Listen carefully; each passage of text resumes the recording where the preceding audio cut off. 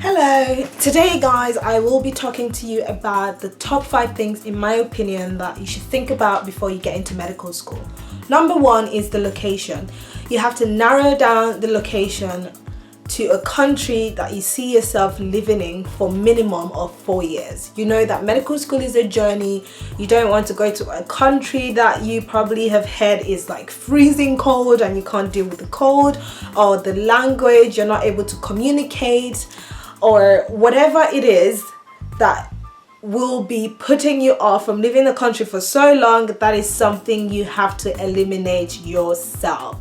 Number 2 is the university itself. If you go online, you're able to search the ranking for universities in different countries. I do know that in England, the Good Times, is it? The Guardian, there are a few known websites that do the ranking for universities. So it's up to you to go on the internet and find out what university would I like to get my degree from. At the end of the day, everyone wants to be proud of their degree, to come out and say I graduated from this university. But my advice is, while you are being ambitious, you have to be practical as well. There is no point applying to the top 5 universities in the country when you know that you don't have the grades to get in. You need to be practical. While you check the ranking, you need to check the requirements and find out if you're able to meet them. The third thing that I'd recommend is picking one that has a good student service. As you may or may not know, the student services are responsible for intracurricular as well as extracurricular activities. So the intracurricular activities may include research symposiums, career talks, surgical workshops, and extracurricular activities like games and sports clubs, as well as counseling service. A good counseling service is really, really important because medical school is tough enough as it is, and while you're in this bubble or in this tunnel of med school, real life happens, okay? And you may go through something in your life that you're not willing to share with friends or family.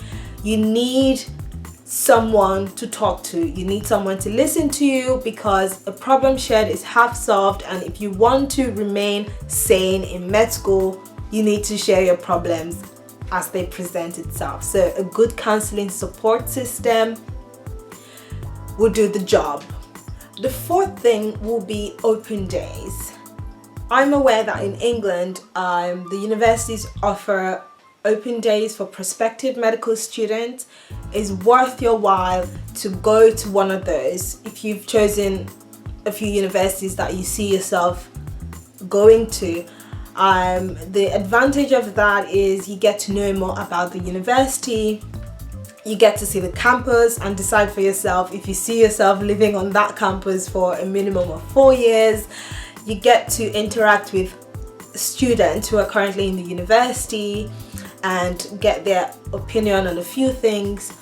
But while you do that, it's important to note that no university is going to say to you the services that they lack, if you understand what I'm saying. Like if you go to an open day, no university is gonna say, oh yeah, we don't really have a good gym, or maybe yeah, the counseling service is not always available. They're not gonna tell you the negative things. Every university is gonna try to convince you that this is the best place for you to go.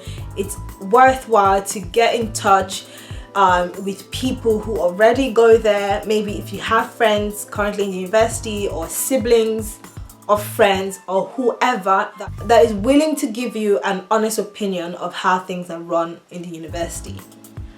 The fifth thing is now the application process. For any country that you've decided to go to school in, it is your responsibility to find out the application process.